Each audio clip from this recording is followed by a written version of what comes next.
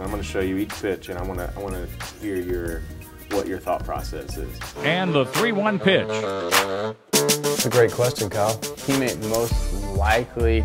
Mark Carpenter. Oh man, Marty. Boom. I said, you know what? I would love that. Welcome to the Inside Pitch presented by Ameren, Illinois. So this is back in Chicago against David Robertson. They bring him in to face you. Bases loaded, 2 outs in the top of the 8th. You guys are down 2-0. What's your mentality on the on-deck circle as he's coming in and your approach to that at bat?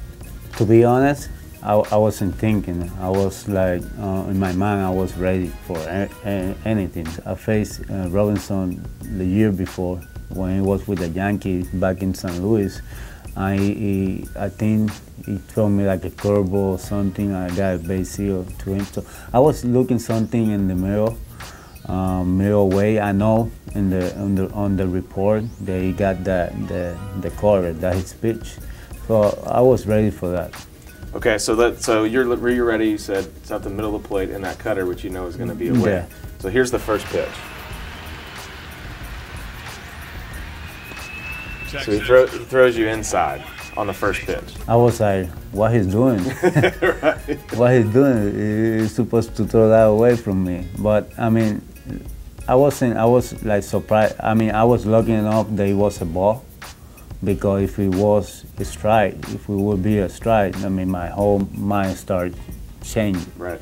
Because when you got a strike, when you fall down on the strike zone, I mean, on the count, you have to make change. So I was lucky enough to be a ball. Okay, so here's the second pitch. Okay, so you swing at it. Looks like it was a cutter, kind of middle of the plate, and kind of what you were looking for. Now you miss it. So now where do you go? Well, I was ready to swing on that one. I was ready to drive her, but he threw me that nasty quarter. Sometimes when you're ready for it, I mean, the pitcher had nasty stuff that you're gonna miss it anyway. So and that pitch, that's what happened. Okay, so now you're back 1-1.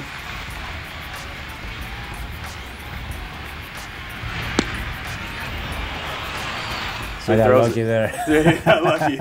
And that changes the whole at bat. A 1-1 count, you know, we talk a lot about it, and you understand it from the catching side. A 1-1 count changes the at bat. He actually made a really good pitch with his cutter, his best pitch on the inner half. It should be 1-2 because I mean that was pretty close. So now you're in the driver's seat. So now does your zone shrink? Of what you're looking for, does it get smaller? Of course, man. You stay with your same approach. There's looking something in the middle away. Okay, so middle away. So this is the 2-1 pitch.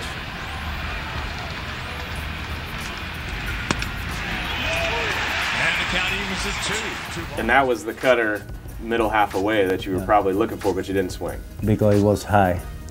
I mean, I was looking something middle. And in those count, as a hitter, 2-1, especially with man on base, you want something that you can drive. I mean, for me, that's my approach, middle away.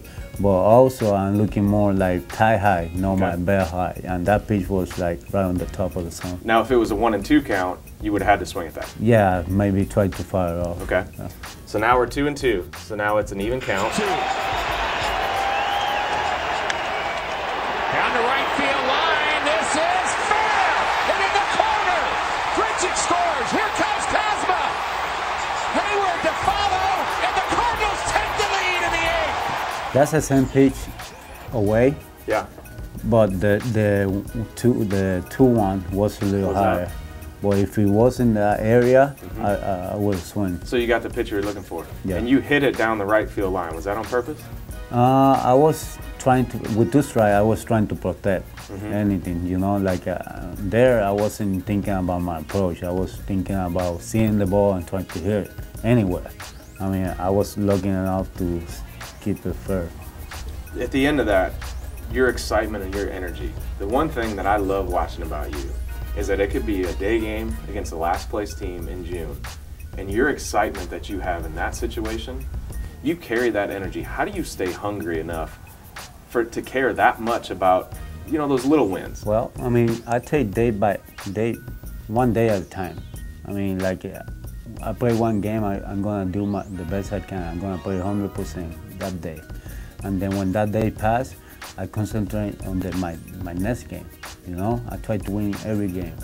So when you do that, when you set your mind like that, every game is gonna be like game 7 because you ain't thinking on the past, you ain't thinking on the future, you're thinking right there on the present. If you try to win every day, every game on that day, that one game, you're gonna give everything you have, and then you're gonna enjoy it.